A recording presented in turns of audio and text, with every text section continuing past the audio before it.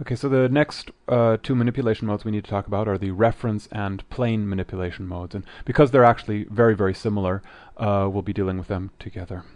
So we need another object here. I'll just unhide that.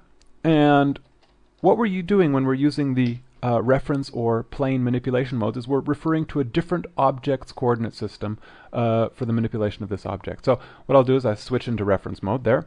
And if I right-click on the reference button or the plane button, you'll see that I get a menu, which are actually both identical.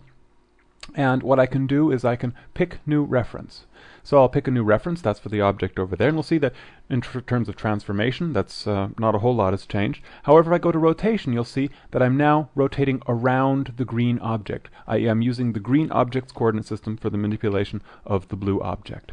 Also, if I would rotate, for example, the green object, and I'll go into my translation, just hit pick new reference, grab that guy's reference there.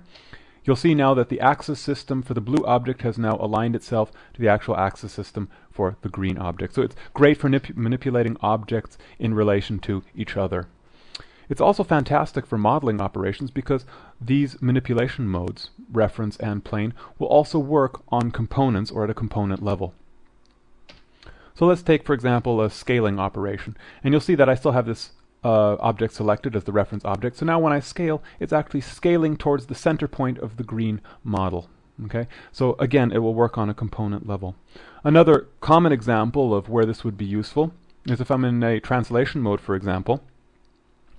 Let's just zoom in here a little bit so we can see what's going on. Now I wish to shift these polygons along this middle edge, right? So what I can now do is I can just go on to here, pick edge reference, select that middle edge, and you'll see now that when I select my manipulator, it will now align itself to this edge, which means that I can, of course, slide polygons along an edge, maybe slide points along an edge, that sort of thing.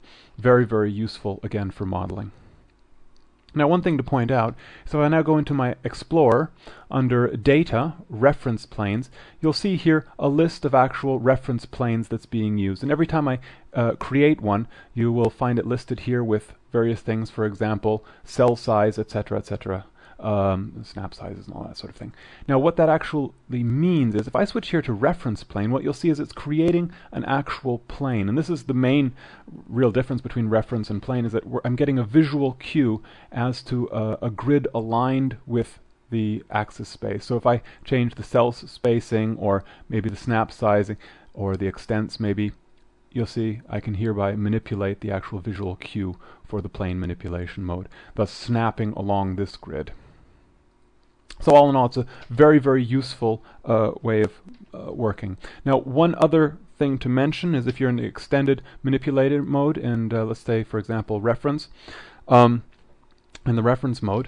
Now, one thing that is well worth remembering is if I move my pivot to a certain point and I'm in reference mode, it automatically will adopt that component that I have snapped to as the object for the reference.